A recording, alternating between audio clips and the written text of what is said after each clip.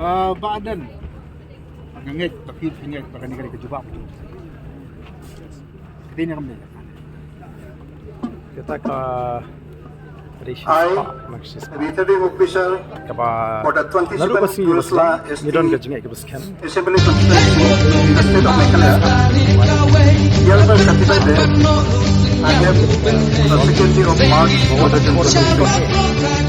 declare free Preston Bensong of Rengai Peninsula, sponsored by National People's Party, you have been duly elected by the state constituency in the general election to be a member of the House of to be a member of the Legislative Assembly, and that in token of taken care of, I have granted him this certificate of election.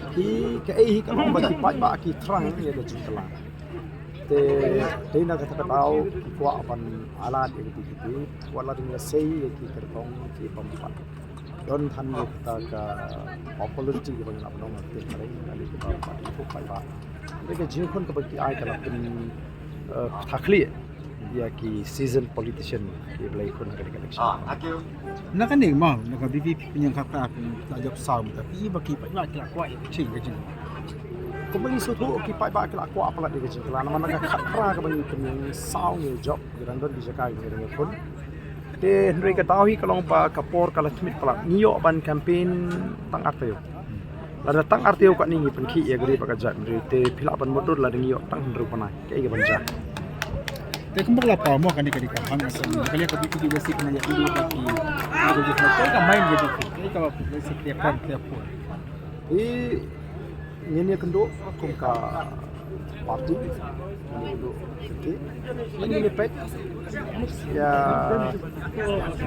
kayak bangin le kayak bangin dry kenang bag kayak bangin dry kami penting lagi ba nim ko apa kan ka sarkar kapala sinchar ki sansmen dum le pakam phai den si badan ki ba ki thang dik banyak sekali ko bon ki kai be ba anu ko channel khabar ka bang ko aban ong shi pai ba kalomban ai khule By George Jerwa, please report to Counting Hall of 2011 compare.